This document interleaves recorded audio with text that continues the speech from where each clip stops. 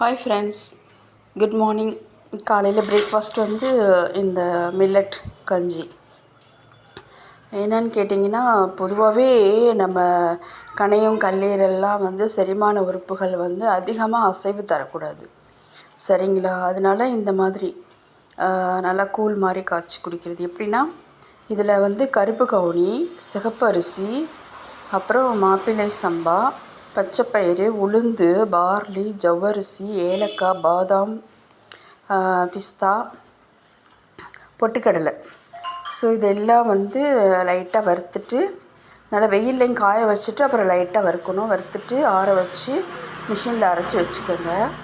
வச்சுட்டு காலையில் பிரேக்ஃபாஸ்ட்டுக்கு பசி வரும்போது காலையிலேயே க்ரீன் டீ குடிச்சிருங்க, ஏதாவது ஒரு புதினா டீ. அப்புறம் பசி வரும், சரியா?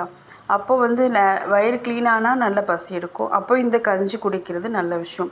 இதுக்கு பிறகு கண்ட்ரோல் பண்ணிக்கோங்க. மதியானம் லன்ச்சு நல்லா ஒரு கூட்டு சாதம், தினம் தினம் ஒரு கூட்டு சாதம், இல்லை தினம் துவையல் சாதம், அப்புறம் கீரை சாதம், இந்த மாதிரி சிம்பிளாக நீட்டாக அழகாக பட்ஜெட்டில் நம்ம சாப்பிட்டுக்கலாம், சரியா?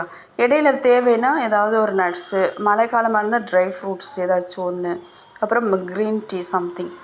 அப்புறம் வெயில் காலமாக இருந்துச்சுன்னா அது வேறு, ஃப்ரூட்ஸு டைரெக்டாகவே நீங்கள் எடுத்துக்கலாம், சாப்பிட்லாம். வெஜிடபிள்ஸ்லாம் நிறைய வெஜிடபிள்ஸ் ஜூஸ்லாம் குடிக்கலாம். மழைக்காலமாக இருந்தால் சூப்பு. ஸோ இந்த மாதிரி பார்த்து கிளைமேட்டுக்கு தகுந்த மாதிரி, நேரத்துக்கு தகுந்த மாதிரியும், பணத்துக்கு தகுந்த மாதிரியும் பார்த்து உங்களுடைய வாழ்க்கையை ஆரோக்கியமானதை வச்சுக்கோங்க, சந்தோஷமாக வாழுங்க. ஓகே, பாய் பாய்.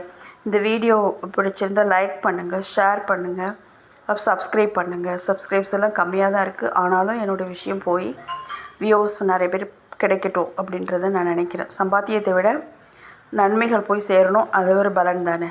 Okay, thank you.